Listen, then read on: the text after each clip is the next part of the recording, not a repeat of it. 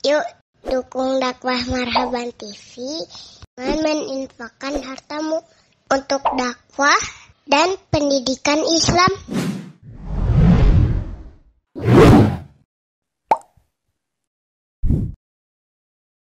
Jadi arti al-mujahadah adalah seseorang melawan dirinya dan seseorang melawan yang lainnya. Jadi tidak akan mungkin kita bisa melawan orang lain, musuh-musuh Islam, orang-orang munafik, orang-orang kafir, kecuali kita bisa melawan diri kita sendiri, untuk melakukan kewajiban-kewajiban yang Allah wajibkan dan meninggalkan apa yang diharamkan oleh Allah Subhanahu wa ta'ala. Jadi melakukan ketaatan kepada Allah dan meninggalkan yang diharamkan oleh Allah. Jadi ini perlu perjuangan. Ya. Perlu kita melawan diri kita, jiwa kita yang berat sekali untuk melaksanakan ketaatan, yang berat sekali untuk duduk di majelis ilmu, yang berat sekali untuk melaksanakan sholat, ya, berjamaah gitu, untuk berbuat baik, berat gitu.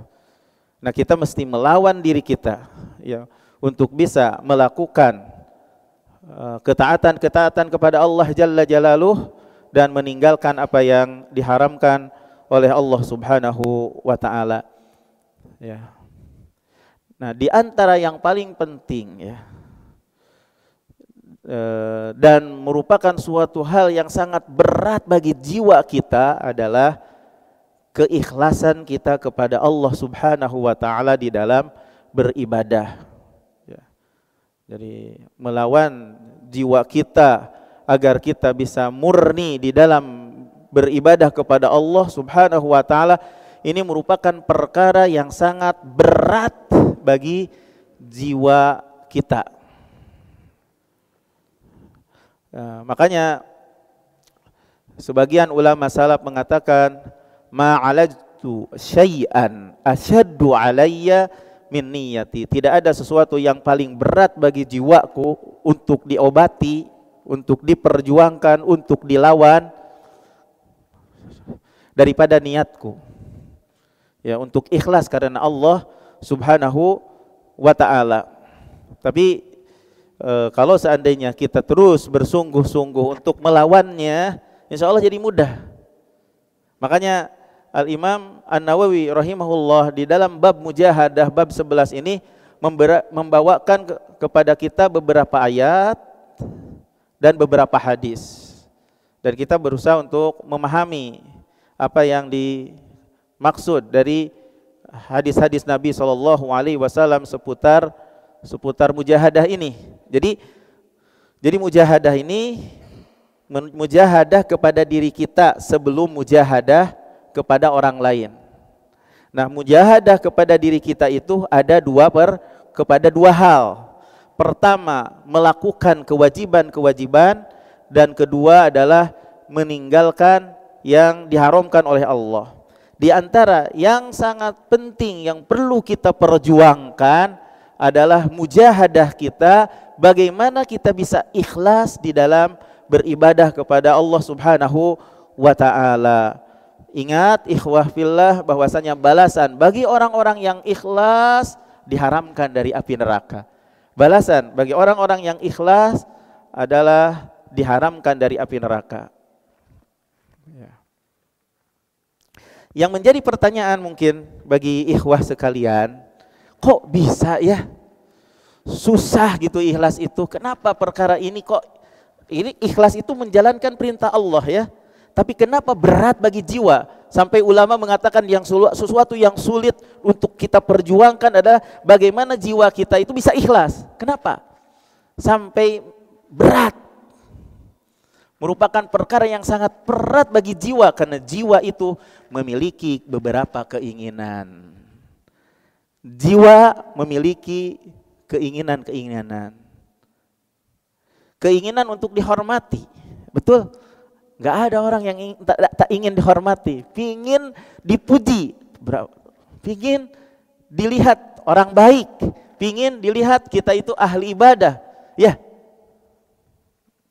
dari sisi situlah syaitan masuk ke dalam pintu ini. Makanya sangat berat karena jiwa itu memiliki keinginan-keinginan. Makanya dalam sebuah hadis Nabi SAW bersabda, "Man samma'a samma Allahu bih, wa man ra'a Allahu bih."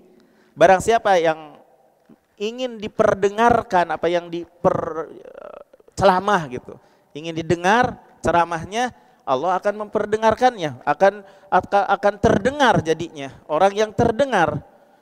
Kalau tujuannya ketika memberikan nasihat ingin didengar oleh orang tujuannya, maka Allah akan memperdengarkan kepadanya.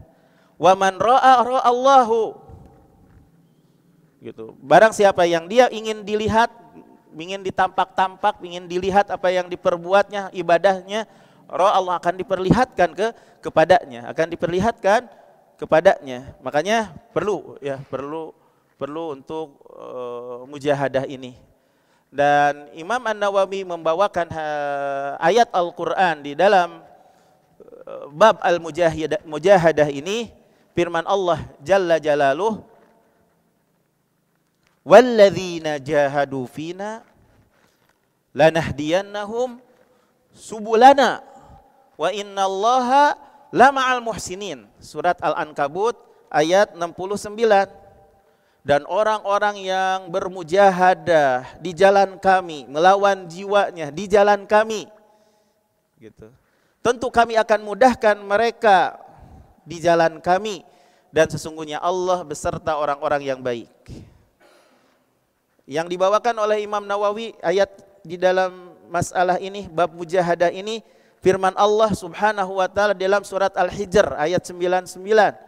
Wa'bud rabbaka hatta ya'tiyakal yakin. Hendaklah beribadah kepada Rabbmu sampai datang kepadamu keyakinan, sampai datang kepadamu mati. Jadi kita memang harus terus melawan diri kita. Sampai kapan? Sampai mati.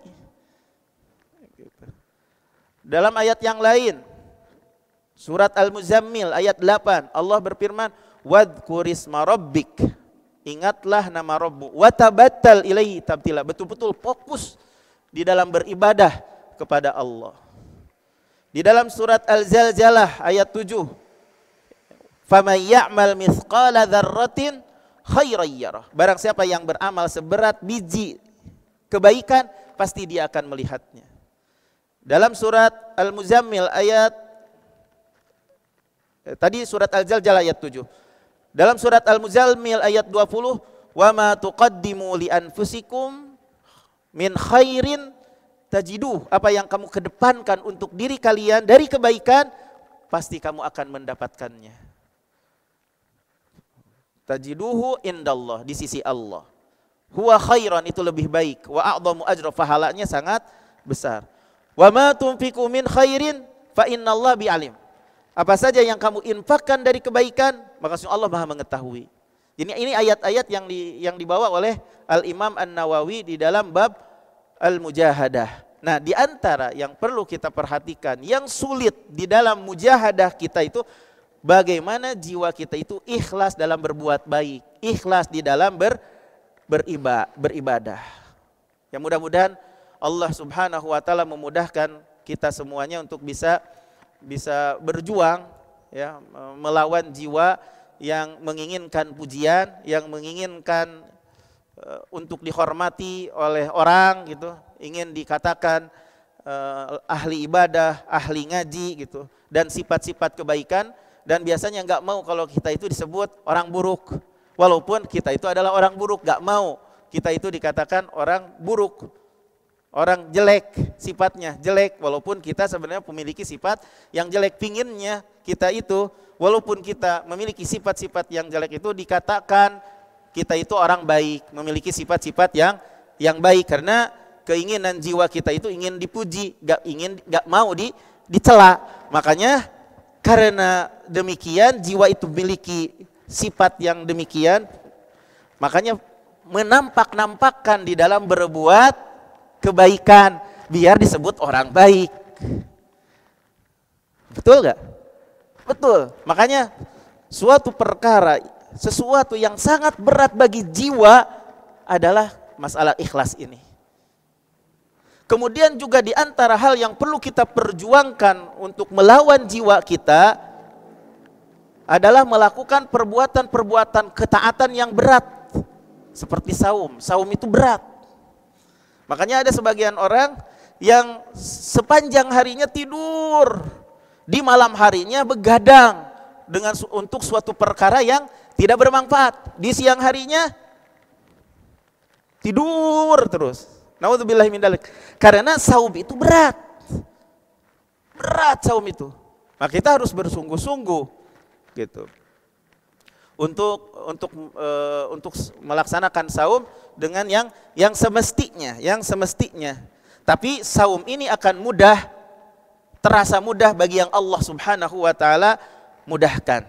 Sebentar lagi atau sekitar 4 bulan lagi kira-kira kita akan memasuki bulan Ramadan, dan salaf kita terdahulu yang soleh, jadi 6 bulan sebelum datangnya bulan Ramadan sudah merindukan saum bulan Ramadan.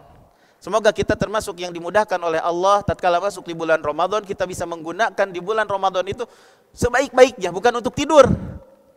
Bukan untuk tidur dan bukan untuk berjaga malam, untuk ngobrol-ngobrol begitu saja tanpa ada hal yang bermanfaat bagi kita. Ya. Nah, ketika kita tidur di siang hari terus tidur, di malam hari berjaga, ini menunjukkan bahwa saum itu berat bagi jiwa. Nah, maka kita harus bermujahadah melawan jiwa kita untuk bisa melaksanakan saum dengan sebenarnya. Ya. Kemudian di antara perkara yang sangat berat bagi jiwa kita adalah melawan jiwa kita, bagaimana kita itu bisa sholat berjamaah. Nah, itu paling berat. Ya. Mungkin bagi kita, bagi sebagian orang mudah untuk melaksanakan sholat di rumah. Betul? Tapi untuk melaksanakan sholat berjamaah di masjid berat. Kita mesti memperjuangkan jiwa kita, bagaimana kita bisa menjadi orang yang bisa sholat berjamaah di masjid. Itu kita sedang berjihad, kita sedang berjuang. Bagaimana kita bisa melawan orang lain? Bagaimana kita bisa melawan orang-orang munafik? Bagaimana kita bisa melawan musuh-musuh Islam? Kalau melawan jiwa kita juga untuk bisa sholat berjamaah, tidak bisa atau kalah. Ya.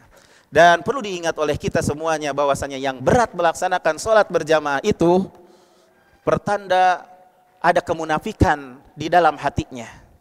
Pertanda ada kemunafikan di dalam hatinya. Kecuali mungkin ketika sholat Isya itu ada dalil yang mengakhirkan, tapi tetap sholat berjamaah juga, tidak sendirian. Dalam sebuah hadis Nabi SAW bersabda, asqalus salawati alal munafikin salatul isya wa salat al-fajr. Seberat-beratnya salat bagi orang-orang munafik adalah salat isya dan salat subuh. Kalau mereka tahu apa yang ada di dalam salat isya dan salat subuh itu ada banyak kebaikannya, tentu mereka akan berlomba-lomba walaupun dengan merayap. Berarti ini sholat berjamaah membutuhkan perjuangan, melawan jiwa kita untuk bisa sholat berjamaah. Betul gak? Betul. Jadi melawan jiwa kita, bagaimana kita bisa jadi orang-orang yang ikhlas. Melawan jiwa kita, bagaimana kita melaksanakan saum. Bagi sebagian orang saum itu berat. Begitu pula bagaimana kita berjuang melawan jiwa kita untuk bisa sholat berjamaah. Karena sebagian orang sholat berjamaah itu sangat berat sekali. Bahkan bagi kita juga yang sudah ngaji, yang sudah jadi ustadz juga, yang sudah menjadi penuntut ilmu gitu kan, berat untuk melakukan sholat berjamaah di masjid. Jadi tadi dikatakan bahwa memujahadah melawan jiwa itu kepada dua perkara. Melaksanakan ketaatan, contohnya adalah bagaimana kita ikhlas, contohnya bagaimana kita bisa saum, melaksanakan saum yang bagi sebagian orang berat melaksanakan saum itu.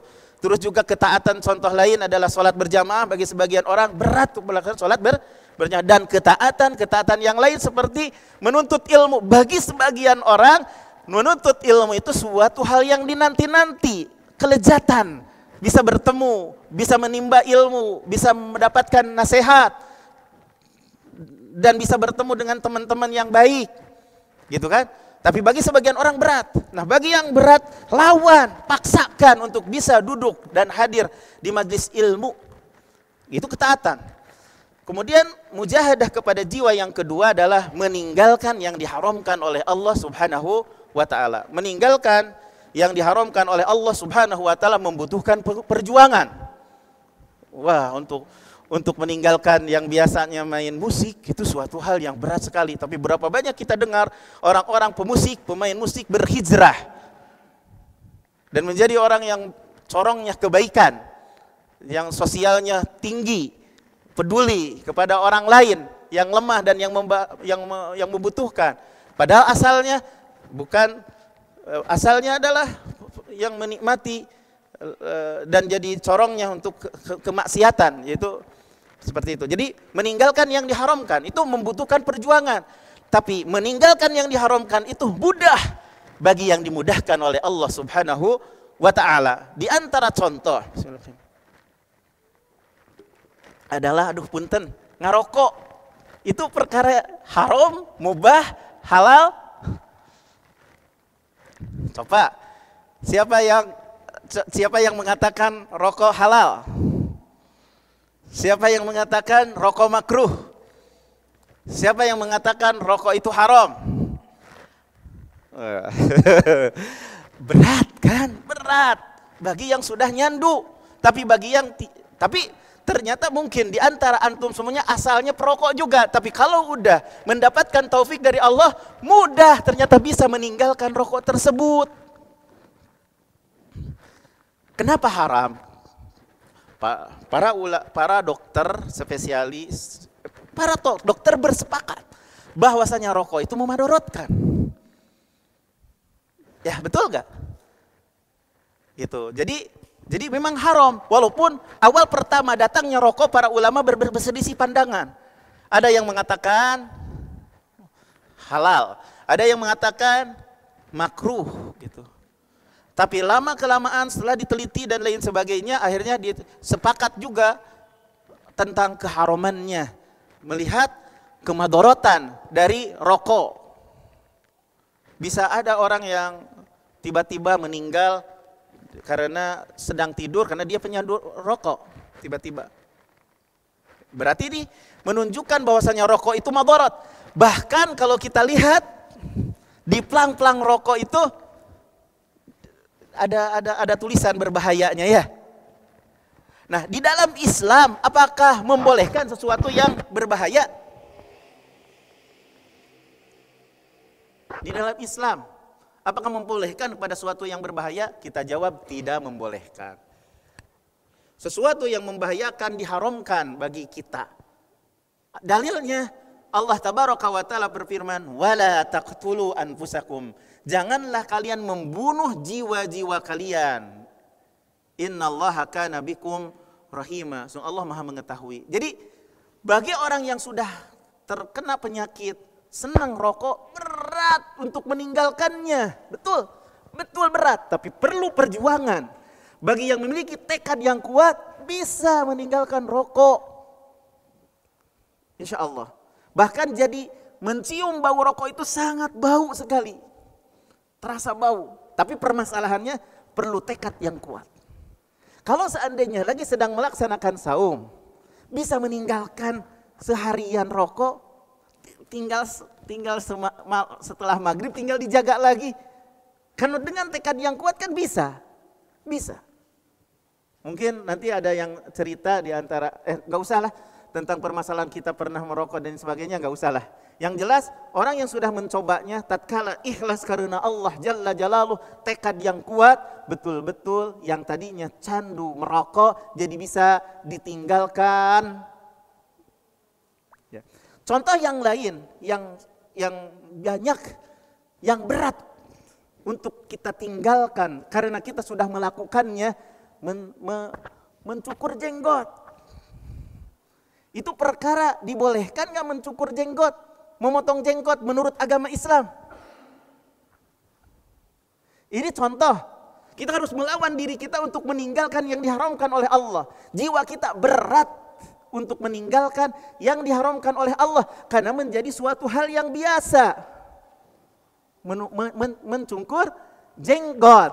Padahal Nabi sallallahu alaihi wasallam bersabda, "Khaliful majus." Hendaklah kalian menjauhi orang-orang Majusi, menyelisihi orang-orang Majusi. Wa khaliful musyrikin. Hendaklah kalian menyelisihi orang-orang musyrik. Wafirul liha. Biarkan tuh jenggot. Tanda kejentelemanan, tanda laki-laki. Wa ahfus syawarib. Nah, ini yang dipendekkan itu ini baru kumis. Jangan sampai kumis dibaplangin, ini dikurudin. Setiap hari bercermin dikurut, setiap hari lihat ada tumbuh dikurut. Itu mengurangi keimanan. Iman kita menjadi kurang karena melakukan suatu perkara yang dilarang di dalam agama. Mungkin karena kita tidak tahu, ya wajar-wajar saja. Tidak tahu, tidak merasa bahwasanya itu suatu hal yang dilarang di dalam agama. Jadi lama kelamaan menjadi suatu hal yang biasa. Karena tadinya tidak tahu. Kemudian akhirnya setelah tahu pun susah juga gitu untuk membiarkannya. Karena aduh gimana ya? Karena sudah terbiasa. Jadi perlu perjuangan. Jadi wajarlah kalau seandainya ada yang masih belum dijenggot, kita jangan terlalu sinis kita. Oh, sedang berjuang melawan diri untuk meninggalkan yang diharamkan. Kita banyak mendoakan kepada teman-teman kita, saudara-saudara kita, bukan berarti menentang, tapi sedang berjuang melawan sesuatu yang sudah biasa dilakukan. Sudah biasa yang dilakukan. Dan ingat kepada yang terkena musibah selalu mencukur jenggot, ingat bahwasanya yang menyukur jenggot itu adalah telah berbuat maksiat yang membuat keimanannya berkurang. Membuat imannya berkurang. Oleh karena itu, tatkala memperjuangkan untuk imannya menjadi bertambah dan jenggotnya lebat atau dibiarkan seperti adanya, perlu perjuangan yang sangat berat sekali, perlu ada komunitas, perlu ada teman-teman yang baik yang memotivasi untuk bisa komitmen dan bisa kuat dari cemohan teman-teman yang lainnya. Karena biasanya kalau tadinya tidak berjenggot kemudian berjenggot, biasanya diledekin dan lain sebagainya. Perlu ada yang mensabar-sabarkannya. Ketika ada orang yang tadinya belum berjenggot, terus sedikit-sedikit mau dipanjangkan jenggotnya, maka perlu kita sebagai saudara seiman untuk menguatkannya. Berat memang untuk meninggalkan yang diharamkan, tapi kalau ada teman-teman yang baik, insya Allah jika Allah memudahkan, akan mudah untuk membiarkan jenggot seperti yang diinginkan oleh Allah dan Rasul-Nya. Walladzina jahadu fina lanahdiyannahum subulana. Dan orang-orang yang berjuang di jalan kami, pasti kami akan mudahkan mereka menuti jalan kami. Sesungguhnya Allah beserta orang-orang yang baik. Sesungguhnya Allah beserta orang-orang yang baik. Itu salah satu contoh lah meninggalkan yang diharamkan. Masih banyak lagi hal-hal yang kita tidak tahu apa yang diharamkan oleh Allah, maka kita membutuhkan ilmu. Membutuhkan duduk di majelis ilmu, membutuhkan baca Al-Qur'an, renungkan Al-Qur'an, baca Al-Hadis, bagaimana penjelasan para ulama yang rasih dalam keilmuannya, duduk di majelis ilmu. Jadi kita berbuat sesuai dengan cahaya Al-Qur'an, cahaya sunnah Nabi sallallahu alaihi wasallam. Terus sekali lagi, mujahadah itu jiwa itu kepada dua perkara. Mujahadah untuk melakukan ketaatan kepada Allah, mujahadah untuk meninggalkan apa yang diharamkan oleh Allah Subhanahu wa taala. Tidak akan mungkin kita bisa melawan musuh-musuh Allah. Tidak akan mungkin kita melawan orang-orang munafik yang menampakkan baik sama beserta kita, gitu kan. Tidak akan mungkin kita mengalahkan musuh-musuh Allah, orang-orang kafir, orang-orang munafik, kalau seandainya diri kita sendiri kalah, tidak bisa komitmen, tidak bisa melaksanakan apa yang diwajibkan oleh Allah, dan tidak bisa meninggalkan apa yang diharamkan oleh Allah Subhanahu wa taala. Jadi tidak akan sempurna, gitu ya. Sekali lagi, tidak akan mungkin kita bisa melawan orang lain, musuh-musuh Islam, kecuali pertama kali yang kita dahulukan melawan diri kita. Melawan diri kita. Ya. Adapun melawan orang lain terbagi kepada dua cara melawannya, dengan ilmu dan penjelasan, dan yang kedua dengan pedang. Kalau dengan ilmu dan penjelasan kepada siapa? Kepada orang yang mengatasnamakan Islam, dohirnya adalah baik, sama-sama barengan dengan kita di kalangan ahlul bidah, di kalangan orang-orang yang mengada-adakan di dalam agama, yang membuat terjerumus kepada kekufuran. Karena kebid'ahan juga bermacam-macam, gitu kan. Jadi yang seperti ini mesti dengan ilmu dan penjelasan. Kepada orang-orang munafik itu yang menampakkan dirinya, zahirnya Islam. Nah, ini perlu dengan penjelasan. Ini perlu dengan ilmu. Tidak akan mungkin mereka itu dilawan dengan pedang, tidak akan mungkin. Karena mereka zahirnya adalah Islam. Gitu. Tapi kita melawan mereka dengan ilmu dan penjelasan. Allah Tabaraka wa Ta'ala berfirman, ya ayuhan nabi, jahidil kuffara wal munafikin. Wahai nabi, lawan tuh orang-orang kafir dan orang-orang munafik. Dari sini dapat kita pahami, orang kafir dengan pedang, orang munafik dengan ilmu dan penjelasan. Tugas para penuntut ilmu nih, menjelaskan kepada umat, gitu kan. Waglud alaihim, dan bersikap tegas kepada mereka. Waglud alaihim, bersikap tegas kepada mereka. Wa ma'wahum jahannam, tempat kembali mereka adalah neraka jahannam. Wa bi'sal masir, sejelek-jeleknya tempat kembali. Bisa dilihat di dalam surat At-Taubat ayat 73. Jadi berdasarkan ayat ini, melawan orang kafir dengan apa? Dengan apa? Dengan pedang. Melawan orang-orang munafik dengan apa? Dengan ilmu dan penjelasan. Oleh karena itu kita lihat bahwa sikap Rasulullah menghadapi orang-orang munafik. Jadi orang-orang munafik itu masuk di kalangan para sahabat itu, ada orang yang masuk dari kalangan orang-orang munafik, dan Rasulullah mengetahui secara individu mana orang-orang munafik yang masuk di kalangan para sahabat Nabi SAW. Padahal Nabi tahu satu-satunya turun wahyu. Terus juga ada sahabat Nabi Hudzaifah Al-Yamani yang mengetahui masalah orang-orang munafik, gitu kan? Tahu secara individu. Apakah Nabi SAW memerangi mereka dengan pedang? Dalam sejarah bagaimana? Tidak dengan pedang. Bahkan Nabi SAW bersabda, la yatahaddatsun nas bi anna Muhammad yaqtulu ashabah. Jangan sampai manusia itu membicarakan pada berbincang-bincang antara satu dengan yang lainnya bahwasanya Muhammad telah membunuh sahabat-sahabatnya. Karena secara zahir ya seperti para sahabat ridwanul alim ajmain, tapi mereka adalah orang-orang munafik. Ini sangat berbahaya orang-orang munafik ini.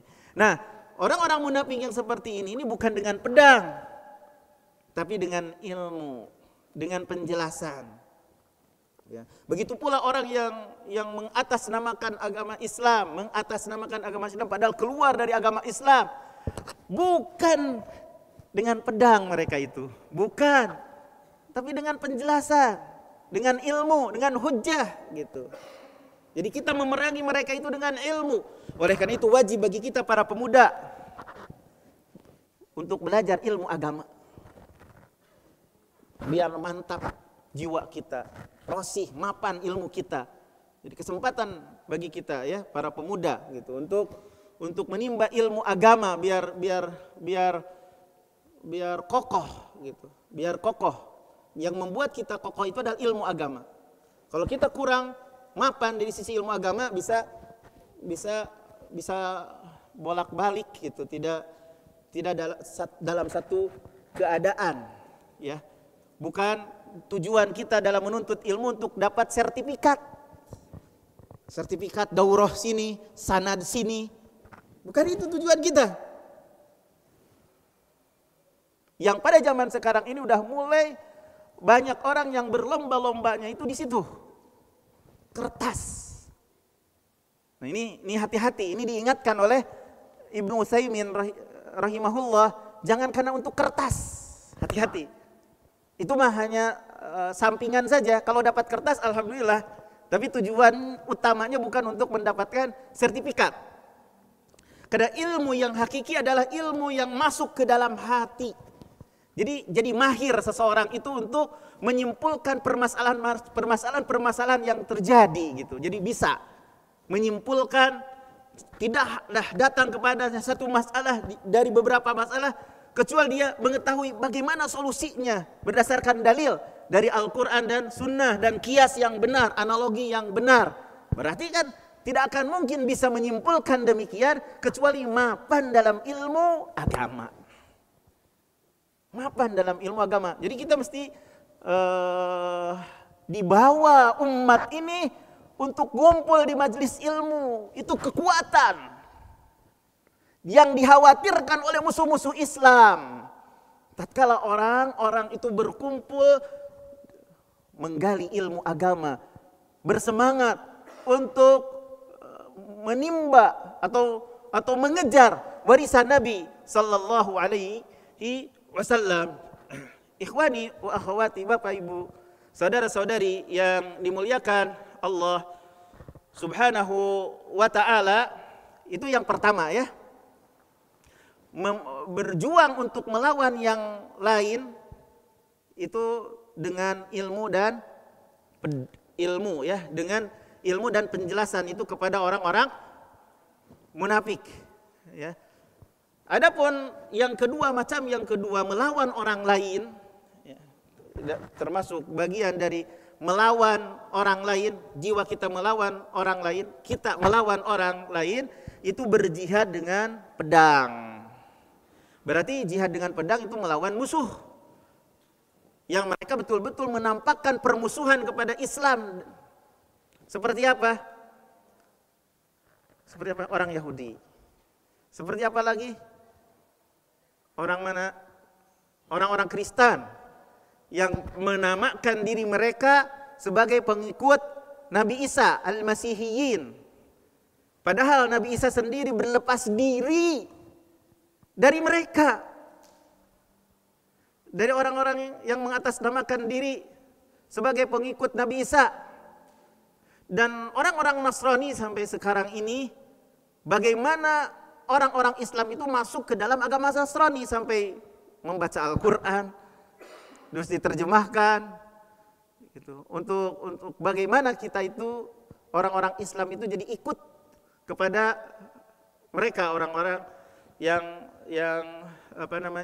yang mengatasnamakan pengikut Nabi Isa al-Masihiyin. Padahal kalau seandainya Nabi Isa turun dan melihat mereka menyembah Nabi Isa, menjadikan bahwasanya Allah itu Trinitas, ada Tuhan Bapa, Tuhan Ibu, Tuhan Anak, tentu Nabi Isa akan memerangi mereka. Tentu Nabi Isa akan memerangi mereka. Nabi Isa ibnu Maryam, Allah memerintahkan kepada Nabi Isa, kepada kaumnya, sama seperti Nabi Muhammad, agar mereka semuanya beribadah kepada Allah. Nah, intinya sekarang tidak akan mungkin kita mengatasnamakan toleransi, mengucapkan selamat Natal. Kita tidak masalah untuk berbuat baik kepada orang Nasrani, tidak masalah. Yang tidak bermasalah, kita toleransinya itu dari sisi tetangga kita orang Masihiyin, orang Nasrani, kita bagi, kita kasih, kita berbuat baik kepada mereka, tidak masalah itu. Sebenarnya yang ya tidak masalah, tapi jangan sampai kebablasan. Masalah akidah harus ya beda lah. Masa kita sebagai umat Islam mengucapkan selamat Allah punya anak? Ini kekufuran. Nah, di antara orang yang tidak mengetahui permasalahan ini merayakan, mengucapkan. Nah, padahal orang-orang Masihiyun, orang-orang Yahudi itu adalah orang yang mesti diperangi dengan pedang. Mereka semuanya adalah musuh-musuh kaum muslimin. Wajib untuk memerangi mereka sampai apa? Kalimat Allah yang tertinggi. Tapi sangat disayangkan, keadaan kaum muslimin pada hari ini sangat lemah. Sangat-sangat lemah. Sebagian kaum muslimin dengan sebagian yang lain yang saling berantem, saling berperang, disibukkan dengan diri mereka sendiri, bukan melawan musuh-musuh Islam. Oleh karena itu, musuh-musuh Islam menguasai kita. Jadi jadilah kita itu seperti bola yang dipermainkan sesuai yang mereka kehendaki. Oleh karena itu, kita kaum muslimin, kita para pemuda, kita para penuntut ilmu harus ingat masalah ini. Dan kita semuanya harus mempersiapkan persiapan, kekuatan. Ya, harus olahraga, harus memanah nih sama ahlinya, kita belajar. Gitu. Persiapkan kekuatan kita. Wa'iddu lahum mastata'tum. Hendaklah kita kemampuan kita untuk mempersiapkan kekuatan kita sesuai dengan kemampuan kita. Qatilu alladzina la yu'minuna billah wala bil yaumil akhir. Perangilah tuh mereka, orang-orang yang tidak beriman kepada Allah dan tidak beriman kepada hari akhir. Wala yuharrimuna ma harramallahu wa rasuluh. Dan mereka yang tidak mengharamkan apa yang Allah haramkan dan Rasulnya. Wala yadiduna dinal haq, dan mereka orang yang tidak beragama dengan agama yang benar. Minal ladzina utul kitab, dari kalangan orang-orang yang diberi Alkitab, orang Yahudi dan orang Nasrani. Hatta yu'tul jizyah, sampai mereka itu membayar jizyah, pajak gitulah, kepada kaum muslimin, kepada penguasa kaum muslimin. Dalam keadaan yadin, disodorkan dengan tangan mereka.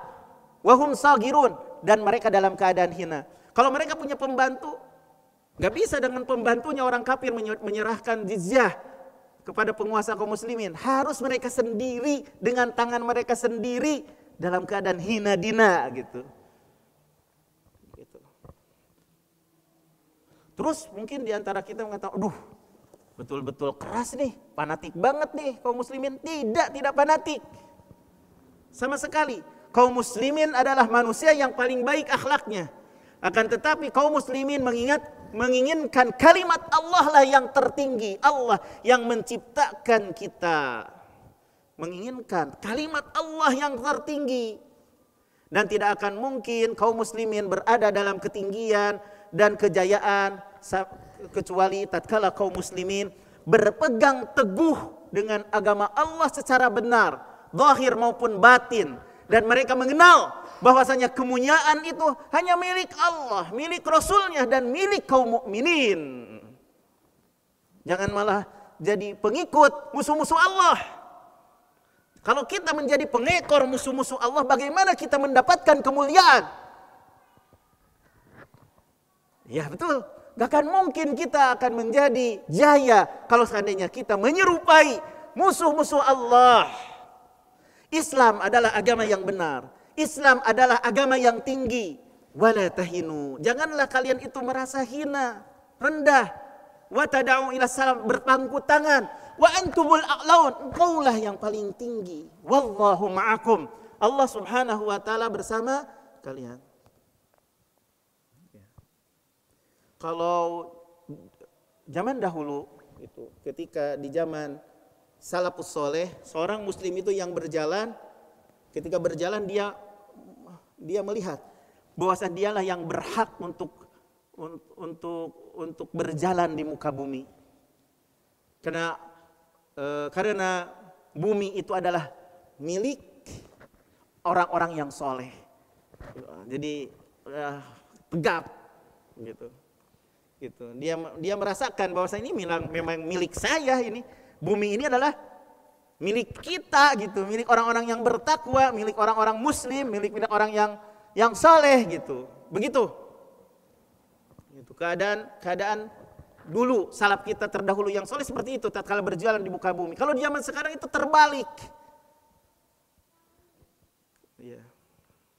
Karena kemunduran kita dalam berpegang teguh dalam agama kita, makanya kita menjadi mundur, menjadi lemah, menjadi pengekor musuh-musuh Allah Subhanahu wa taala. Berbeda dengan salaf kita terdahulu yang soleh.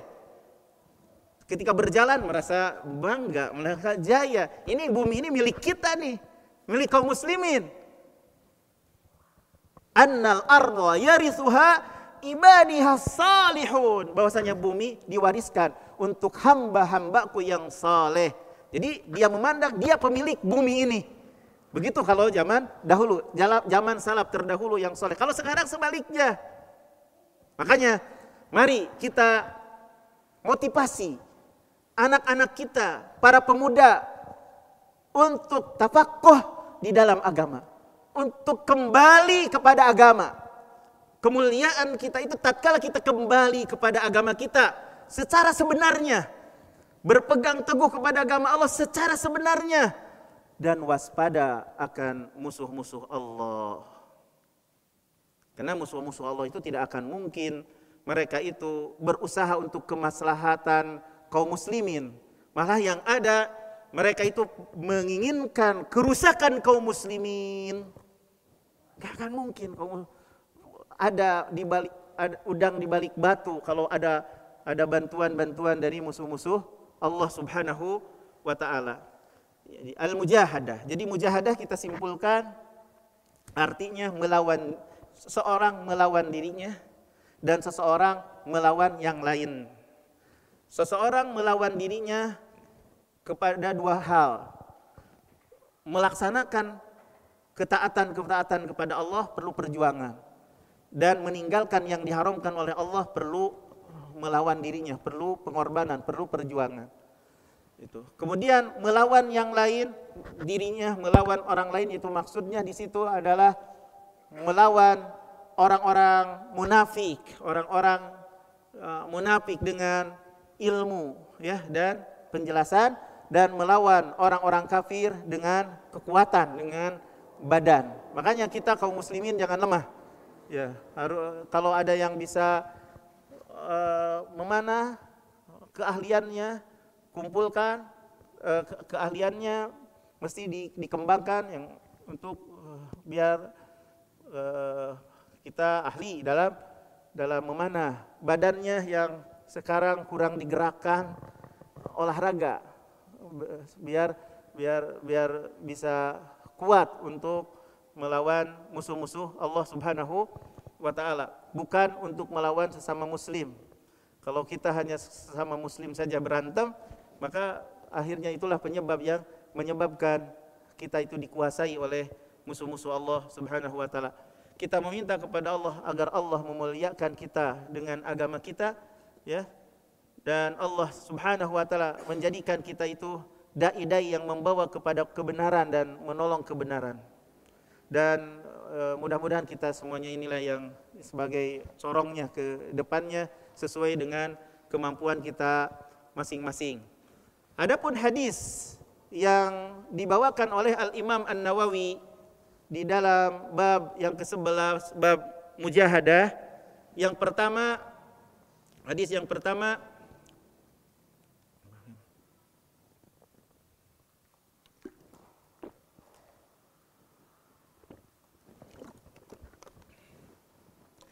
An Abi Hurairah radhiyallahu an qala Rasulullah sallallahu alaihi wasallam. Jadi dari sahabat Abu Hurairah, semoga Allah meridai kepadanya, dari Nabi sallallahu alaihi wasallam bahwasanya Rasulullah SAW bersabda, qala Allah Ta'ala.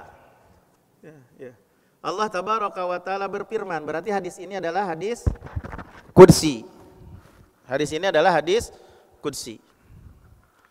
Man adali waliyan, ya, barang siapa yang memusuhi waliku, faqad adzantuhu bil harb, maka sungguh aku telah memberitahukan kepadanya bahwasanya akulah yang memeranginya. Maka sungguh aku telah mengkabarkan kepadanya bahwasanya akulah yang akan melawannya, bahwasanya aku yang akan memeranginya. Begitu. Nah, permasalahan wali, arti wali disalahpahami oleh sebahagian kaum muslimin. Ya, dijadikan alat oleh orang-orang yang pembohong, yang membohongi orang-orang awam, bahwasanya mereka itu adalah wali-wali Allah, padahal sebenarnya mereka itu adalah musuh-musuh Allah. Jadi, saya sebagai wali-wali Allah, kami wali-wali Allah, kemudian melakukan ibadah-ibadah yang menipu orang awam, padahal sebenarnya itu adalah musuh-musuh Allah. Jadi menipu orang awam, dijadikan alat saya sebagai wasilah, sebagai wali-wali, sarana untuk mengumpulkan uang, sarana untuk mengumpulkan uang, atau sarana untuk dimuliakan oleh orang, atau sarana untuk mereka itu agar dekat kepadanya, dan yang serupa dengan itu. Padahal dia orang durhaka, tapi dikatakan itu wali Allah, gitu. Padahal sebenarnya wali syaitan, padahal sebenarnya wali syaitan. Allah Subhanahu wa taala menjelaskan patokan wali Allah dalam firman-Nya di dalam surat Yunus ayat 62 sampai 63. Ala, ingat, inna auliya Allah, bahwasanya wali-wali Allah, la khaufun alaihim, tidak ada rasa takut kepada mereka, walahum yahzanun, dan tidak pula kepada mereka rasa sedih. Siapa wali-wali Allah? Menurut Allah, yang dijelaskan oleh Allah, alladzina amanu, mereka adalah orang-orang yang beriman, wa kanu yattaqun, dan mereka adalah orang-orang yang bertakwa. Itulah wali-wali Allah yang merealisasikan keimanan dalam hati mereka dan yang merealisasikan amalan soleh dengan anggota badan mereka, bukan sebaliknya. Jadi orang wali-wali Allah itu adalah yang terkumpul di dalam diri mereka itu kesolehan batin dengan iman dan kesolehan zahir dengan ketakwaan. Mereka itulah wali-wali Allah Subhanahu wa ta'ala. Maka dalam hadis ini dikatakan, barang siapa yang memusuhi wali-wali Allah, nah itu ya, yang terkumpul di batinnya kesolehan iman, kebaikan batin dengan keimanan, gitu, kebaikan zahir dengan ketakwaan. Barang siapa yang memusuhi wali-waliku, nah, apa yang Allah katakan, akulah yang akan memeranginya, akulah yang akan memeranginya. Hati-hati ya, kalau betul-betul kepada wali Allah, bukan hanya sekedar mengklaim dirinya sebagai wali Allah, ya Habib atau lain sebagainya. Iya. Jadi nas'alullah gitu. Nas'alullah al-afiyah ya. Kita memohon kepada Allah Subhanahu wa taala jangan salah gitu ya dalam memandang wali. Memandang wali harus sesuai dengan apa yang dijelaskan. Nah, ketika hati-hati betul-betul memerangi wali Allah, maka dialah yang akan kalah. Dialah yang akan hina dina. Karena dia itu akan diperangi oleh Allah. Barang siapa yang musuh waliku, ya, yang beriman dan yang bertakwa, yang baik hatinya dengan keimanan dan baik zahirnya dengan ketakwaan, betul-betul dia itu wali gitu ya, memerangi ke dia, apa yang terjadi? Akulah yang akan memeranginya. Aku mengumandangkan kepadanya, sayalah yang akan memeranginya, begitu. Berarti kalau yang berperang dengan Allah, siapa yang akan menang? Yang memerangi, ya, yang akan hina dina yang memerangi wali Allah lah. Nah, kemudian Allah tabaraka wa taala melanjutkan di dalam hadis qudsi ini, wa ma taqarraba ilayya 'abdi bi syai'in ahabba ilayya mimma aftaradtu alaihi. Dan tidaklah seorang hamba mendekatkan kepadaku dengan sesuatu yang paling aku cintai daripada yang aku wajibkan kepadanya. Jadi di sini dapat kita pahami bahwasanya al-faraid, yang wajib-wajib itu lebih dicintai oleh Allah daripada yang sunnah-sunnah. Sholawat yang 5 waktu contohnya itu sangat dicintai oleh Allah daripada sholat malam. Jadi sholat yang difardukan oleh Allah misalnya, itu lebih dicintai oleh Allah daripada sholat sunnah. Saum Ramadan itu lebih dicintai oleh Allah daripada saum Senin dan Kamis, gitu. Dan lebih dicintai oleh Allah daripada saum 6 hari setelah bulan Ramadan, Syawal. Dan setiap yang wajib-wajib, baik itu sholat, baik itu saum, baik itu zakat, itu lebih dicintai oleh Allah daripada yang sunnah-sunnah. Sisi kenapa Allah subhanahu wa ta'ala lebih menekankan perkara yang wajib, yang menunjukkan kenapa perkara yang wajib itu lebih ditekankan, karena Allah sangat mencintainya. Aku lebih mencintainya, kan gitu ya. Dalam hadis tadi dikatakan, tidaklah seorang hamba yang mendekatkan dengan sesuatu yang paling aku cintai daripada yang aku wajibkan. Gitu. Berarti Allah sangat mencintai sekali, gitu. Mencintai sekali orang yang melakukan hal-hal yang wajib. Itu sisi yang menunjukkan bahwasanya kita mesti betul-betul melakukan perkara-perkara yang wajib. Karena Allah sangat cinta kepada orang yang melakukan perkara-perkara yang wajib. Adapun perkara yang sunnah itu bebas. Jika berkehendak silahkan melakukan yang sunnah dan itu tambahan kebaikan. Jika tidak juga tidak apa-apa. Akan tetapi sekali lagi, yang wajib gak bisa begitu, ditekankan, mesti dilakukan. Tapi yang aneh, syaitan datang kepada kita, menggoda kita. Ada orang yang lebih membagus-bagus yang sunnah-sunnah secara sempurna, sholat malam khusyuk dan tidak bergerak, tidak ke kanan dan tidak ke kiri. Tapi di saat sholat wajib, gerakannya banyak gerakannya. Itu setan. Banyak godaannya, banyak gerentas hatenya. Itu dari apa? Godaan setan. Kalau seandainya, tapi yang harusnya dibalik. Kalau seandainya kita mengindah-indah dan memperbaiki hal-hal yang sunnah, maka yang wajib harus lebih diindah-indah, lebih berhak untuk diperbaiki. Perbaikilah hal yang wajib. Bagaimana sholat kita? Introspeksi diri kita, bagaimana saum kita, gitu kan? Bagaimana zakat kita, bagaimana birrul walidain kita, gitu. Karena yang wajib itu lebih dicintai oleh Allah daripada yang sunnah. Wa ma taqarraba ilayya 'abdi bi syai'in ahabbu ilayya mimma aftaradtu alaihi. Tidaklah seorang hamba mendekatkan kepadaku dengan sesuatu yang paling aku cintai daripada yang aku wajibkan kepadanya. Kemudian Allah tabaraka wa taala melanjutkan di dalam hadis qudsi, wa ma yazalu 'abdi yataqarrabu ilayya bin nawafil hatta uhibbah. Dan tidak henti-henti hambaku mendekatkan diri kepadaku dengan yang sunnah-sunnah sehingga aku mencintainya. Jadi yang sunnah itu penyempurna yang wajib. Jika demikian, Perbanyaklah yang sunnah disertai melaksanakan yang wajib-wajib. Dengan seperti itu kita akan mendapatkan kecintaan Allah. Gitu.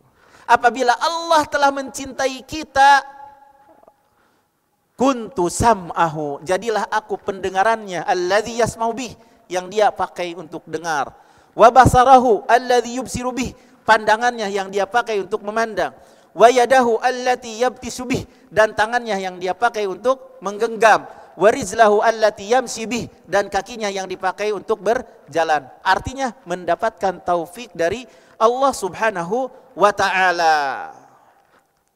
Dalam pendengarannya tidak akan dipakai untuk hal-hal yang haram, dalam penglihatannya tidak akan dipakai untuk perkara-perkara yang haram, tangannya tidak akan pakai untuk bersalaman dengan wanita yang belum sah gitu ya, akad gitu, nggak akan dipakai, atau colek-colek dikit, nggak akan mungkin gitu ya, Arifsannya iya gitu, iya, matanya nggak akan dipakai untuk hal-hal yang haram, dibimbing kalau kita begitu. Kalau kita sholat wajib, sholat sunnah akan dapat bimbingan.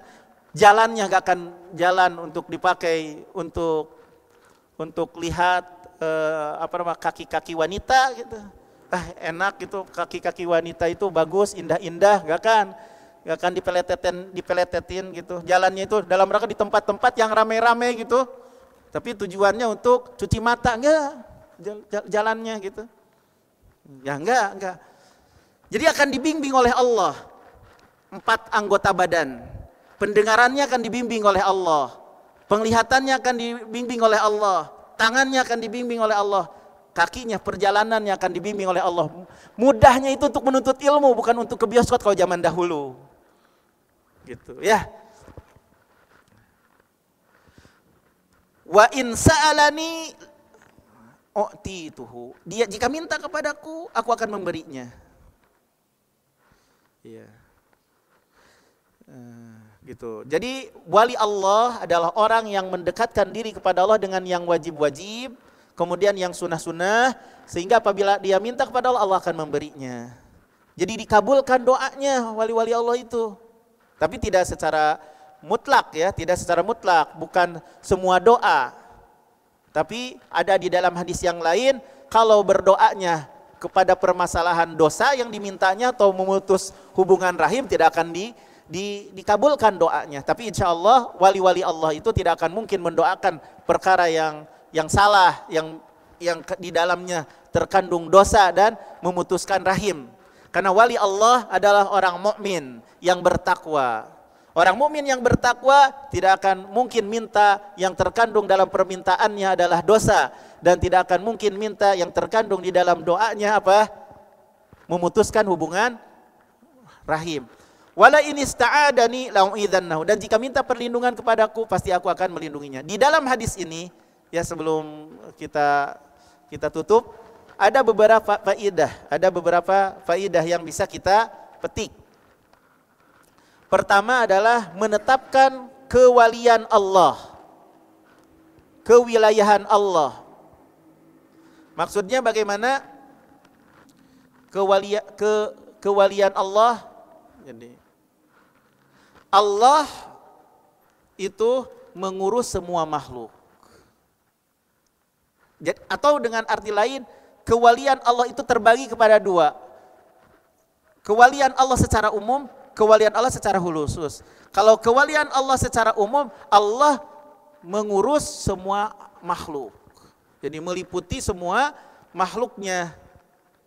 Apabila misalnya datang kepada salah seorang di antara kita kematian, akan mati. Diambil, dicabut oleh utusan malakul maut.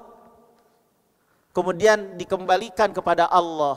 Jadi kewalian secara umum. Jadi kepada semua makhluk. Kalau kewalian secara khusus adalah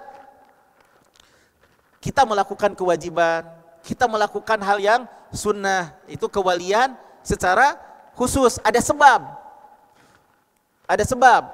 Dengan sebab kita melakukan yang wajib, jadilah Allah mencintai dia, Allah melindungi dia secara khusus. Alladzina amanu, yaitu mereka orang-orang yang beriman. Wa kanu yattaqun, dan mereka adalah orang-orang yang bertakwa. dilindungi oleh Allah, dicintai oleh Allah secara khusus, akan dibimbing oleh Allah Subhanahu wa taala. Itu faidah yang pertama, menetapkan kewalian Allah. Ya, menetapkan kewalian Allah. Dan kewalian Allah itu ada dua, kewalian secara umum kepada semua makhluk, kewalian secara khusus adalah kepada orang yang bertakwa, kepada orang yang beriman. Itu secara khusus. Faidah yang kedua, keutamaan wali-wali Allah. Keutamaan wali-wali Allah. Barang siapa yang memerangi wali Allah, Allah yang akan memeranginya. Itu kan, itu ada keutamaan secara khusus. Allah yang akan memerangi orang yang memusuhi wali Allah. Ini menunjukkan wali-wali Allah itu memiliki keutamaan. Kemudian faidah yang ketiga, bahwasanya amalan-amalan yang wajib itu lebih utama dari amalan-amalan yang sunnah, yang dianjurkan. Jadi amalan-amalan yang wajib itu lebih utama daripada amalan-amalan yang sunnah. Betul ya. Kemudian yang keempat, menetapkan sifat cinta bagi Allah. Menetapkan sifat cinta bagi Allah. Jadi Allah mencintai, Allah memiliki cinta. Mencintai kepada amalan-amalan yang baik, mencintai kepada orang-orang yang baik, gitu kan? Allah memiliki sifat cinta. Jadi Allah mencintai orang-orang yang taat, dan Allah mencintai ketaatan, dan kecintaan Allah itu berbeda-beda tergantung. Kalau orang yang banyak taatnya, lebih Allah cintai. Kalau hanya sedikit ketaatannya, Allah juga sesuai dengan ketaatan dia mencintainya. Karena Allah memiliki sifat cinta. Jadi menetapkan sifat cinta itu yang keberapa? Keempat, menetapkan sifat cinta. Yang kelima, faidah yang kelima,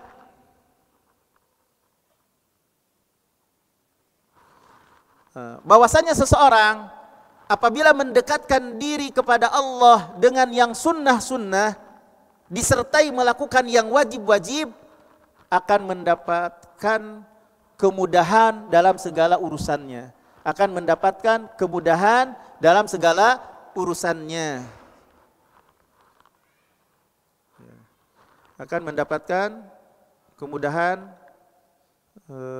dalam segala urusannya. Nah, sekarang yang menjadi pertanyaan bagi kita, kenapa Imam Nawawi memasukkan hadis ini ke dalam bab mujahadah? Kenapa? Ya, kalau bisa menjawab, kan bab mujahadah perjuangan, melawan diri. Nah, sekarang Imam Nawawi memasukkan hadis ini ke dalam bab mujahadah. Dari sisi apa yang bisa kita ambil dari sini? Kalau bisa menjawab, ada hadiahnya. Sisi apa? Perlu perjuangan apa nih?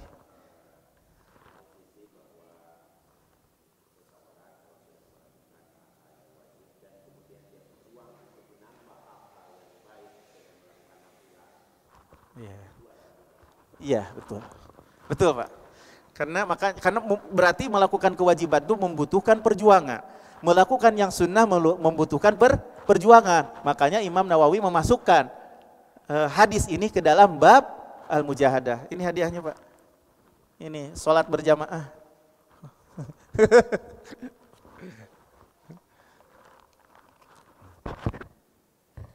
Ada apa lagi? Sebelum dilanjutkan, perlu ada tambahan satu hadis lagi. Sekarang kepada akhwat, karena coba pertanyaan ini dijawab.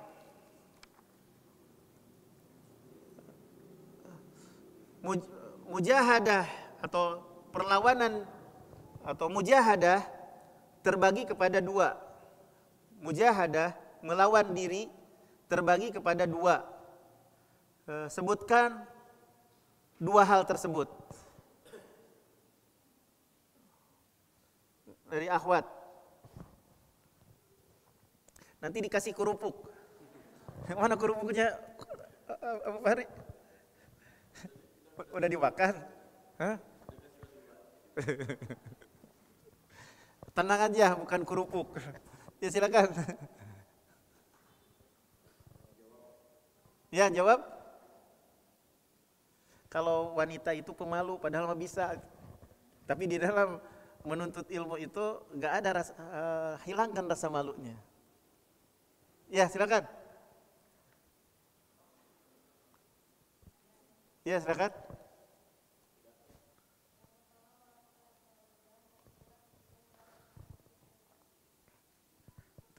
Mujahadah itu terbagi ke, tadi itu saya pertanyaannya apa? Tadi pertanyaannya apa? Hah? Mujahadah kepada jiwa itu terbagi kepada dua. Sebutkan dua hal tersebut. Pertama apa tadi? Apa? Melaksanakan kewajiban, terus? Ya, meninggalkan apa yang diharamkan oleh Allah Subhanahu wa taala. Iya, betul. Iya. Iya. Iya. Kayaknya satu hadis lagi katanya ditambah ya. Hah? Agung ya. Satu hadis Pak Faim tambah. Tambah ya. Ya. Hadis nomor 2, hadis nomor 2 yang dibawakan oleh Al-Imam An-Nawawi di bab Al-Mujahidah ini, An Ibni Abbasin radhiyallahu anhu maqal, dari sahabat Ibnu Abbas, semoga Allah meridai kepada keduanya, ia berkata, qala Rasulullah sallallahu alaihi wasallam, telah bersabda Rasulullah sallallahu alaihi wasallam, nikmatani, dua kenikmatan, maghbunun fihima katsirun minan nas, kebanyakan manusia tertipu di dalam kedua nikmat ini. As-sihhatu wal faragh, nikmat kesehatan dan nikmat kekosongan. Rawahu Al-Bukhari, diriwayatkan oleh Al-Imam Al-Bukhari.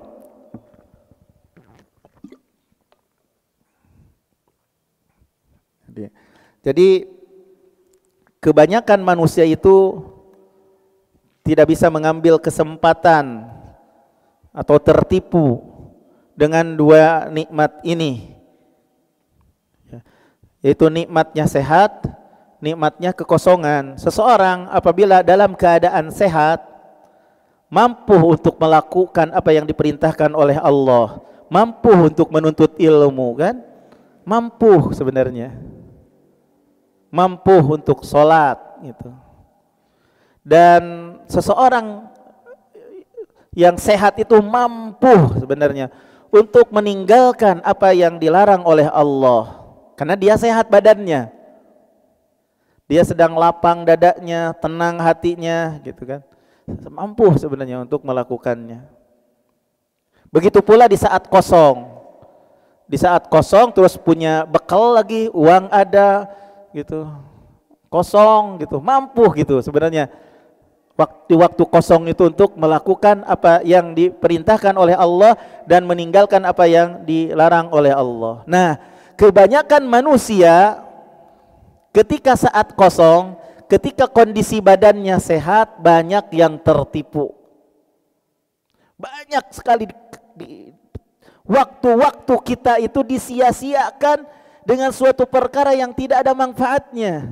Padahal kita dalam keadaan sehat, dalam keadaan kosong waktunya itu, tapi kita menyia-nyiakan waktu. Padahal ada ini, ada itu untuk berbuat baik ini, berbuat baik ini, gitu dah. Tapi dia itu dibiarkan begitu saja, waktu berjalan tanpa ada guna. Kita tidak akan mengetahui bahwasanya selama kita di dunia ini telah menyia-nyiakan waktu sehat dan waktu kekosongan, kecuali datang ajal kepada kita, kematian datang kepada kita, atau ketika kita sudah ada di hari yang kedua, ya, di alam yang di alam akhirat, bukan gitu, di alam barzah, di alam akhirat, baru kita tahu bahwasanya selama ini kita di dunia itu telah menyia-nyiakan kesehatan kita dan menyia-nyiakan ke waktu kosong kita, sehingga Allah tabaraka wa taala berfirman mengingatkan kepada kita agar kita betul-betul menggunakan waktu kosong kita dan waktu sehat kita, jangan sampai menyesalnya saat kita sudah mati atau saatnya kita sudah di alam akhirat. Hatta idza jaa ahadahumul maut qala rabbirji'un, sehingga apabila datang kepada salah seorang di antara mereka kematian, baru dia berkata, ya Rob, kembalikan aku ke dunia. Bisa enggak balik lagi ke dunia? Enggak mungkin. La'alli a'malu salihan fima tarak, barangkali aku bisa beramal soleh kalau udah dihidupkan, kalau saya kembali lagi ke dunia pada yang selama ini aku tinggalkan. Itu mah suatu hal yang mustahil. Jadi baru penyesalan itu tahu bahwasanya kita itu tidak menggunakan sebenar-benarnya waktu kosong dan waktu sehat itu kalau datang ajal kita, kematian kita. Ya. Nah, kematian kalau kita kematian itu dicabutnya nyawa kan, dicabutnya ruh kita dari badan dan kita menyesal. Nah, ketika kita hidup, kita tidak menggunakan waktu dengan sebenar-benarnya, tidak dipakai untuk memberikan manfaat kepada teman-teman kita. Penyesalan nanti pada hari kiamat, kenapa ya saya di dunia ini padahal saya itu bisa menyambungkan si pemuda dengan si pemudi, kenapa enggak ya? Gitu. Itu kebaikan. Kenapa ya saya tidak membantu yang menyelenggarakan kajian, padahal saya bisa untuk misalnya membereskan tempat untuk berbuat baik karena Allah walaupun bukan penyelenggara. Kenapa ya? Kenapa saya enggak sapu-sapu di masjid ya? Padahal itu kebaikan. Kenapa gitu. Padahal ada di hadapan kita ada sesuatu yang perlu kita perbuat untuk bekal kita ke akhirat. Tahu-tahunya penyesalan itu nanti di hari kiamat. Kenapa ya saya tidak beramal soleh? Waktu itu ada kesempatan kok buat saya untuk bantu-bantu teman-teman gitu, untuk berbagi juga sosial. Kenapa gitu ya? Gitu. Nah, baru ketahuan nanti kalau sudah mati. Ya Rob, kembalikan aku ke dunia. Ya. Biar aku bisa beramal soleh. Nah, ikhwah fillah, mintanya kita itu semenit saja hidup ke dunia untuk beramal soleh, gak akan mungkin. Makanya di kalangan ulama salaf zaman dahulu, untuk mengingatkan kematian, jadi bikin kuburan di kamarnya. Dia kuburan di kamarnya, ketika dia udah merasakan kok hidupnya itu seolah-olah mengeras hatinya, kurang bermanfaat kepada orang lain gitu kan, kurang bermanfaat kepada teman-temannya gitu, pada saudara-saudaranya gitu. Ya udah mengeras hatinya, sudah dia ke kuburan tersebut, ditutup kuburan, gelap, baru setelah itu dia loncat lagi, saya ingin beramal soleh. Jadi mengingatkan dirinya bahwasanya akan mati gitu, akan mati. Ini hanya bergerak lagi untuk beramal soleh gitu. Ya, mudah-mudahan kita termasuk orang yang pintar. Mudah-mudahan kita termasuk orang yang berakal, bisa mengambil kesempatan sehat kita dan kita bisa mengambil kesempatan waktu kosong kita untuk taat kepada Allah sesuai dengan kemampuan kita. Jika kita yang mahir baca Al-Quran, perbanyaklah baca Al-Quran. Jika kita kurang mahir, tidak bisa begitu pintar dalam baca Al-Quran, perbanyaklah mengingat Allah. Apabila tidak mungkin juga ternyata terbata-bata enggak baca Al-Qur'annya memang belum bisa gitu. Bisa kita lakukan untuk amar ma'ruf, nahi mungkar. Atau berjuang, berkorban atau melakukan sesuatu yang bisa bermanfaat untuk saudara-saudaranya, memberi, membagi, menolong gitu kan. Itu semuanya adalah kebaikan. Kebaikan. Jangan biarkan waktu kita sia-sia begitu saja. itulah orang yang berakal. Orang yang berakal adalah orang yang bisa mengambil kesempatan. Kesempatan sehat dan kesempatan kosong. Ya. Kemudian ikhwani wa akhwati, pemirsa Marhaban TV di mana saja berada, dalil ini menunjukkan bahwasanya nikmat Allah itu berbeda-beda. Dalil ini menunjukkan bahwasanya, kata Syekh Utsaimin, bahwasanya dalil ini menunjukkan nikmat Allah itu berbeda-beda. Ada sebagian nikmat itu lebih banyak daripada sebagian nikmat yang lain. Dan nikmat yang terbesar yang Allah anugerahkan kepada seorang hamba adalah nikmatnya Islam. Di mana banyak manusia yang tersesat dari Islam, terus kita mengikuti sunnah, berada di atas sunnah, tahu dalil, harus beramal berdasarkan dalil. Ya, itu nikmat yang sangat besar segala daripada nikmat ya apapun, daripada nikmat harta, daripada nikmat kesehatan, daripada nikmat waktu. Nikmat yang paling besar adalah nikmat kita berada di atas sunnah, nikmatnya di atas hidayah. Walaupun kita disangka terasing dalam ibadah kita, dalam akidah kita, dalam muamalah kita, itu nikmat. Tatkala kita mendapatkan nikmat untuk menitik jejak langkah salaf, nikmatnya iman, nikmatnya Islam, itu nikmat yang paling nikmat dibandingkan dengan kenikmatan apapun. Kemudian yang kedua, nikmat Allah Subhanahu wa taala itu adalah nikmatnya akal. Nah, tatkala seseorang diuji di akalnya tidak bisa melakukan suatu perkara, bahkan dia itu bisa membuat memadorotkan kepada keluarganya dan kepada dirinya. Berarti akal kan yang dipakai. Ini kita punya nikmat akal yang kita bisa melakukan sesuatu yang baik dengan sebab pemikiran kita, akal kita yang Allah berikan. Ini nikmat. Akal itu adalah nikmat gitu. Akal itu bukan nikmat, karena kalau seandainya kita tidak berakal, kita tidak bisa melakukan sesuatu yang bagus untuk diri kita sendiri maupun untuk keluarga kita. Yang ada kalau karena akal kita tidak baik, berbuat dengan sesuatu yang memadorotkan diri dan memadorotkan keluarga. Makanya kita semuanya mesti memuji kepada Allah akan nikmatnya akal. Akal itu nikmat yang sangat besar. Nikmat yang ketiga, nikmatnya keamanan. Ini merupakan kenikmatan yang sangat besar sekali. Jadi nikmat keamanan itu tidak bisa dibandingkan dengan kenikmatan selain nikmat Islam dan akal. Tidak bisa diserupakan dengan nikmat selain nikmat Islam dan akal. Kemudian juga nikmat kita berada dalam kehidupan yang nyaman.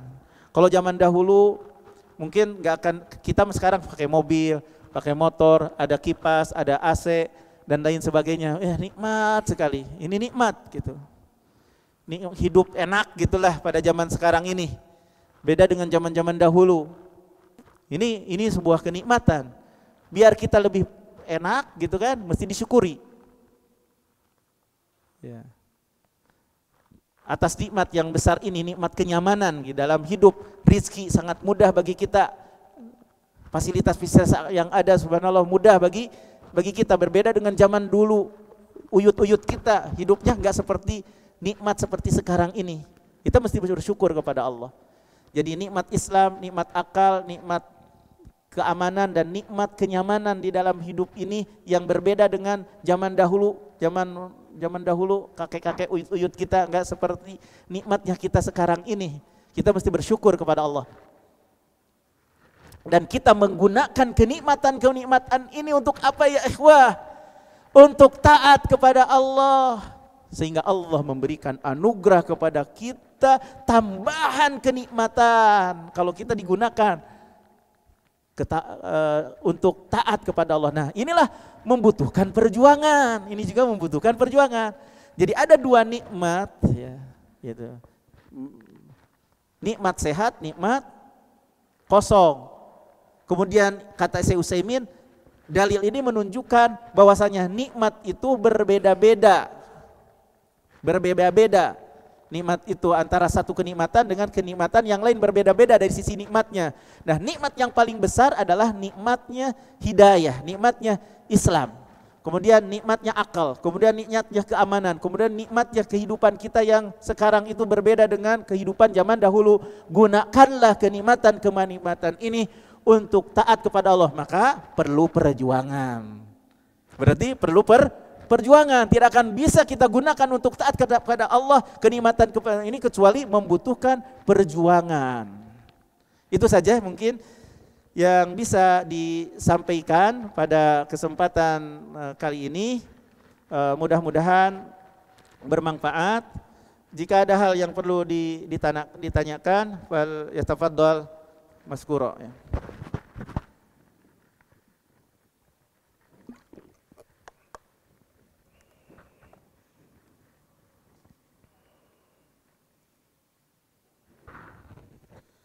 Satu lagi pertanyaan dari hadis Nabi SAW, man adali waliyan faqad adzantu bil harbi, dan seterusnya.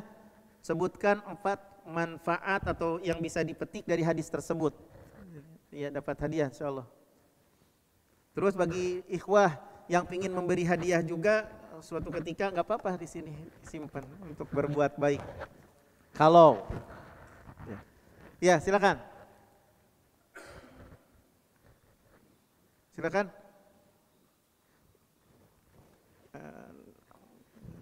Ini umum bagi ikhwan maupun akhwat. Ada 4 poin faidah dari hadis Nabi sallallahu alaihi wasallam. Man adali waliyan faqad adzantu bil harb. Hadis nomor 1, ya kan? Dari sahabat Abu Hurairah. Tadi disebutkan ada beberapa faidah. Siapa? Nanti. Ya, silakan.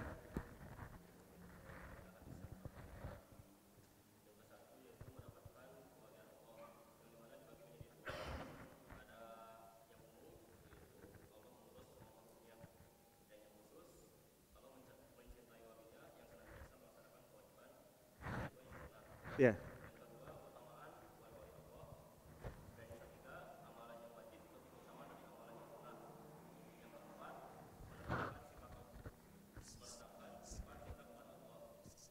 Sifat cinta Allah. Ya.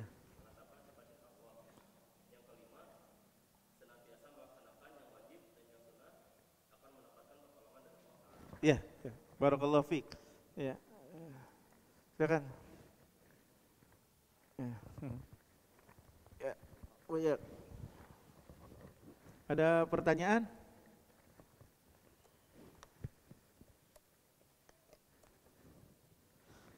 Terlalu cepat tadi penjelasannya? Terlalu lama? Hah? Ya, silakan.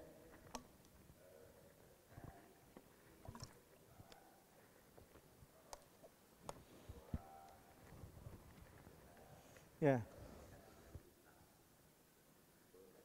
Ya.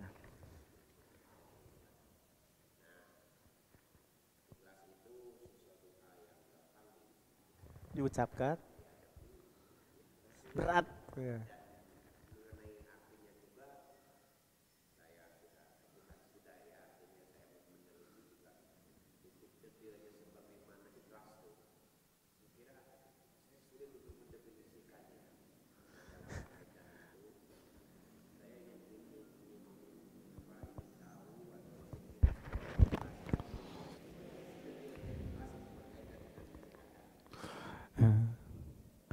Yo, ini harus penjelasannya yang panjang juga kalau begitu.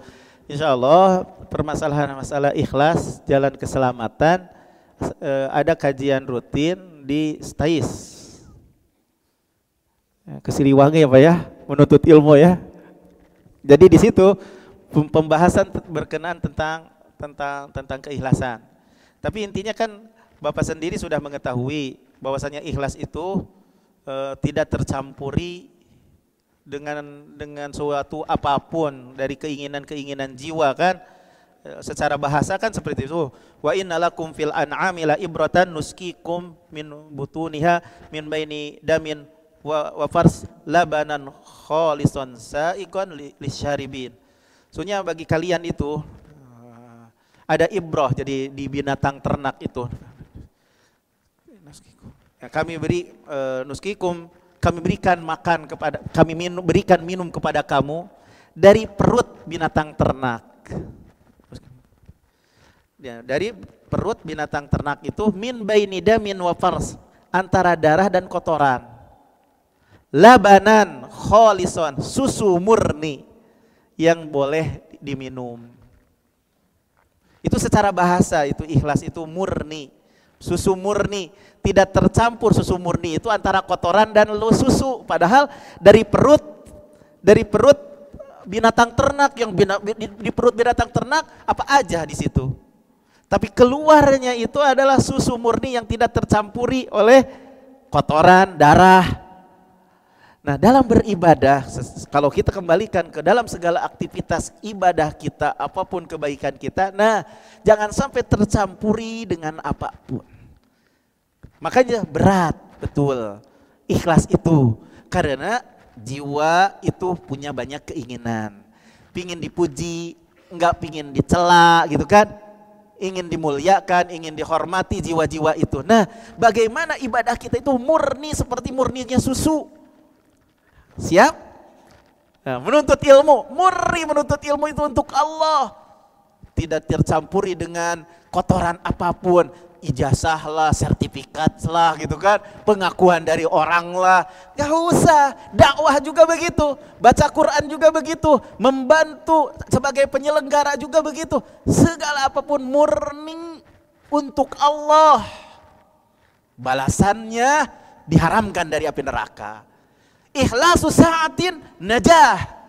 Keikhlasan sesaat itu menyelamatkan. Nah, itulah gambarannya bagaimana kita memurnikan dalam segala aktivitas kita itu sebagaimana murninya susu yang bisa diminum oleh kita. Kalau ada darah, ada kotoran, kita tidak bisa mau minumnya. Allah tidak akan menerima ibadah kita kalau seandainya tercampuri dengan kotoran-kotoran, keinginan-keinginan dunia yang ada dalam jiwa kita.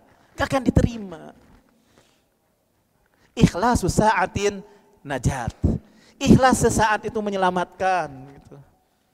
Ikhlasu sa'atin najat. Berjuang bagi kita untuk bisa hatta sesaat saja murni itu bisa menyelamatkan. Makanya para salaf terdahulu yang soleh itu khawatirnya itu tidak diterima amalannya. Gak tahu gitu kan. Padahal dia berjuang, dia berjihad, dia saum, salat. Tapi mereka khawatir dan takut gemetar amalannya tidak diterima oleh Allah Subhanahu wa ta'ala. Ya, seperti itu ya. Berarti kita memang ya harus berjuang sampai mati. Sampai mati. Ya, wallahu, itu saja ya gambarannya. Untuk lebih luas dan detailnya lagi insyaallah pembahasan ini dibahas di hari Senin di kampus STAIS. Ya, walaupun Senin ini libur dulu ya. Senin ini libur dulu, nanti ada pengumuman lagi. Ya. Wallahu taala alam bisawab. Ada pertanyaan lagi?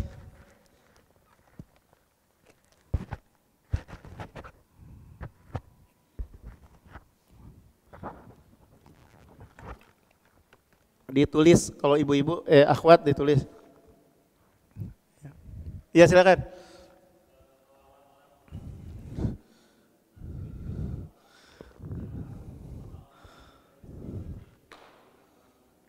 Menyelisih janji termasuk tanda orang munafik dari sisi perbuatan.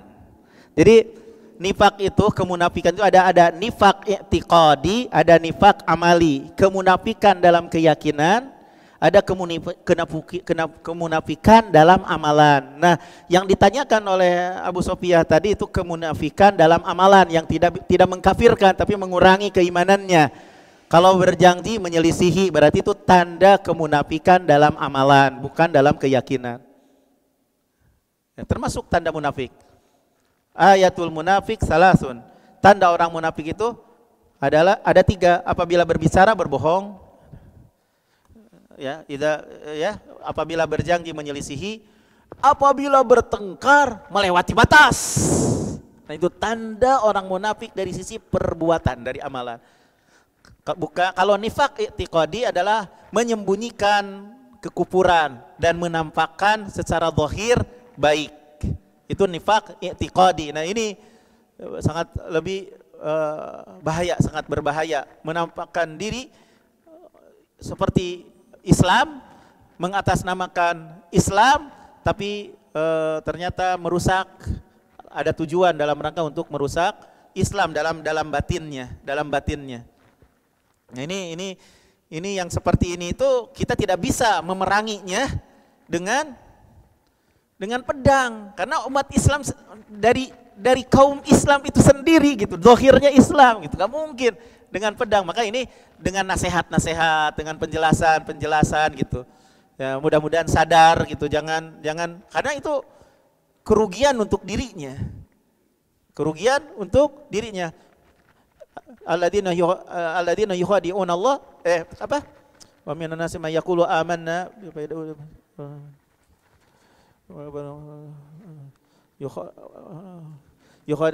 Allah yang akan menipu mereka. Apa ayat-ayatnya? Di dalam surat Al-Baqarah dijelaskan, itu ada 13 ayat yang berkenan tentang sifat orang munafik ya. Wa minan nasi may yaqulu amanna billah. Minan nasi may wa minan ya. Innal ladzina kafaru sawa'un minan nasi may yaqulu amanna billahi wa minan nasi